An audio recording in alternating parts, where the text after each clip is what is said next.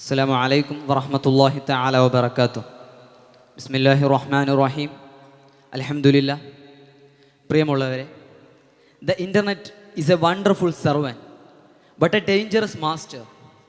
World wide വെബിൻ്റെ ഉപജ്ഞാതാവായ Tim ബേണേഴ്സ്-ലീയുടെ വളരെ പ്രശസ്തമായ വാക്കുകളാണിവ. മനുഷ്യ മനസാന്തരങ്ങളെ ഇൻ്റർനെറ്റുകൾക്ക് സ്വാധീനിക്കാനുള്ള അതിൻ്റെ കഴിവുകളെ അദ്ദേഹത്തിൻ്റെ വാക്കുകൾ പ്രതിഫലിപ്പിക്കുന്നുണ്ട്. നയിക്കുക എന്നർത്ഥം വരുന്ന പ്രാചീന ഗ്രീക്ക് പദമായ നെറ്റ്സ് എന്ന പദത്തിൽ നിന്നാണ് സൈബർ എന്ന പദം രൂപപ്പെട്ടിട്ടുള്ളത്.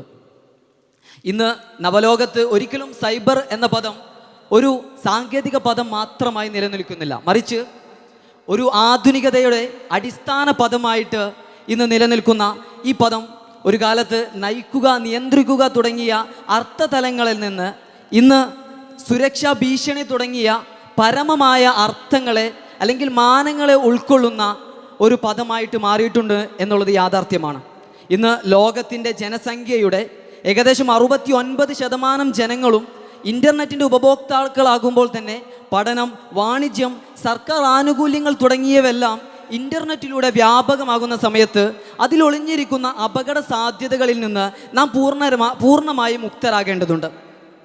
എന്നാൽ ഇൻ്റർനെറ്റ് മേഖലകളിലും കമ്പ്യൂട്ടർ നെറ്റ്വർക്കുകളിലും സഞ്ചരിച്ചു കൊണ്ടിരിക്കുന്ന വിവരങ്ങൾ പൂർണ്ണമായി സ്വകാര്യ സംരക്ഷണം ഏർപ്പെടുത്തേണ്ടതും മറ്റു ആഘാതങ്ങളിൽ നിന്നും മുക്തമാകാനുമുള്ള തന്ത്രങ്ങളെയും നയങ്ങളെയുമാണ് സൈബർ സുരക്ഷ എന്നതുകൊണ്ടുള്ള വിവക്ഷ.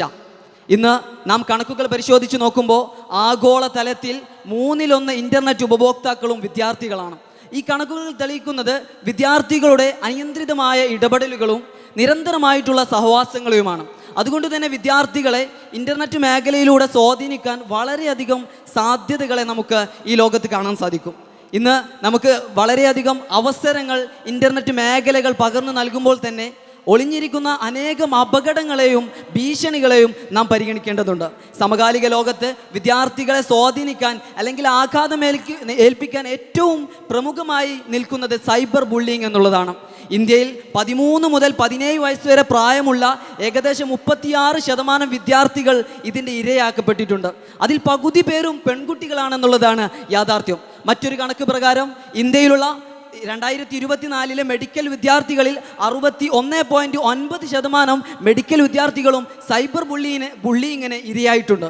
വിദ്യാർത്ഥികളുടെ ആത്മവിശ്വാസത്തെ തകർക്കുകയും അവരെ പഠനത്തിൽ നിന്ന് പിന്നോട്ടടുപ്പിക്കുകയും പിന്നീട് അവർ ഏകാന്ത ജീവിതത്തിലേക്കും അവസാനം ആത്മഹത്യയിലേക്ക് പോലും നയിക്കുന്നു എന്നാണ് പഠനങ്ങൾ തെളിയിക്കുന്നത്. വിദ്യാർത്ഥികളെ സ്വാധീനിക്കാനുള്ള മറ്റൊരു പ്രധാനപ്പെട്ട തന്ത്രമാണ് ഓൺലൈൻ ഗെയിമുകളിലൂടെയുള്ള അക്രമങ്ങൾ. ഇന്ന് NCPCRൻ്റെ റിപ്പോർട്ട് പ്രകാരം ഇന്ന് ലോകത്ത് 78% വിദ്യാർത്ഥികളും അവരുടെ ദിനം പ്രതി 3 മണിക്കൂറെങ്കിലും ഓൺലൈൻ ഗെയിമുകളിൽ ചിലവഴിക്കുന്നുണ്ട് എന്നുള്ളതാണ്. CERTയുടെ മറ്റൊരു കണക്ക് പ്രകാരം ഇന്ന് വരെ 2024 വരെ ഇന്ത്യയിൽ ഏകദേശം 16 ലക്ഷത്തോളം വിദ്യാർത്ഥികൾക്കെതിരെയുള്ള കുറ്റകൃത്യങ്ങൾ രേഖപ്പെടുത്തപ്പെട്ടിട്ടുണ്ട്. അതിനർത്ഥം വിദ്യാർത്ഥികളുടെ ഈ ഓൺലൈൻ ഗെയിമുകളിലൂടെയുള്ള സ്വാധീനം അത്രത്തോളം വളരെ സുതാര്യമായി മാറിയിട്ടുണ്ട് എന്നത് തന്നെയാണ്.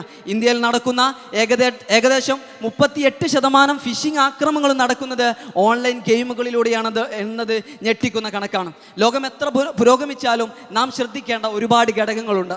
ഇന്ന് 27% മാതാപിതാക്കൾക്ക് മാത്രം സാധിക്കുന്ന തങ്ങളുടെ മക്കളുടെ കാര്യത്തിലുള്ള ഇടപെടൽ വളരെയധികം അനിവാര്യമായ ഒരു ഘടകമാണ് ഇത്തരം പ്രവണതകളിൽ നിന്ന് വിദ്യാർത്ഥികളെ രക്ഷിക്കുവാൻ. നമുക്കറിയാം, ഇന്ന് ഇന്ത്യയിൽ ഒരുപാട് വിദ്യാർത്ഥികൾ ഇത്തരം പ്രവർത്തനങ്ങളിൽ ഏർപ്പെടുമ്പോൾ പോലും ഇന്ത്യയുടെ പാഠ്യപദ്ധതികളോ മറ്റോ ഇതുമായി ബന്ധപ്പെട്ട് ജാഗ്രത നൽകുന്നില്ല എന്നുള്ളത് വാസ്തവമായ കാര്യമാണ്.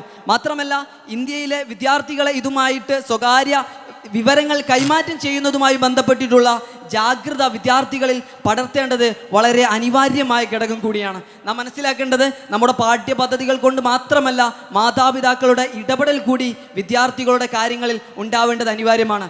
മാത്രമല്ല, ഇന്ത്യയുടെ IT ആക്ട് 2000 പ്രകാരം ഇന്ത്യയിലെ വിദ്യാർത്ഥികൾക്ക് ഭരണ സംഹിതകൾ ഒരുപാട് സംരക്ഷണ കവചങ്ങൾ നൽകുമ്പോൾ പോലും അത് നിയമപുസ്തകങ്ങളിൽ മാത്രം ഉണ്ടാവുകയും അതിനെ പ്രായോഗികവൽക്കരിക്കുകയും ചെയ്യുന്നില്ല എന്നുള്ളത് വാസ്തവമായ കാര്യം തന്നെയാണ്. അതിനെ പ്രായോഗികവൽക്കരിക്കുകയും വിദ്യാർത്ഥികളിൽ ബോധമുണ്ടാക്കുകയും ഇത്തരം പ്രവർത്തനങ്ങളിൽ നിന്ന് വിദ്യാർത്ഥികളെ പിന്നോട്ട് വലിക്കുകയും ചെയ്യേണ്ടത് ഇത്തരം നമ്മുടെ യുവത്വത്തിൻ്റെ കടമയാണെന്ന് ഞാൻ ഓർമ്മപ്പെടുത്തുകയാണ്. അവബോധമാണ് ഏറ്റവും നല്ല പ്രതിവിധി എന്ന് ഓർമ്മപ്പെടുത്തിക്കൊണ്ട് വാക്കുകൾക്ക് വിരാമം കുറിക്കുന്നു. അൽഹംദുലില്ലാഹി റബ്ബിൽ ആലമീൻ.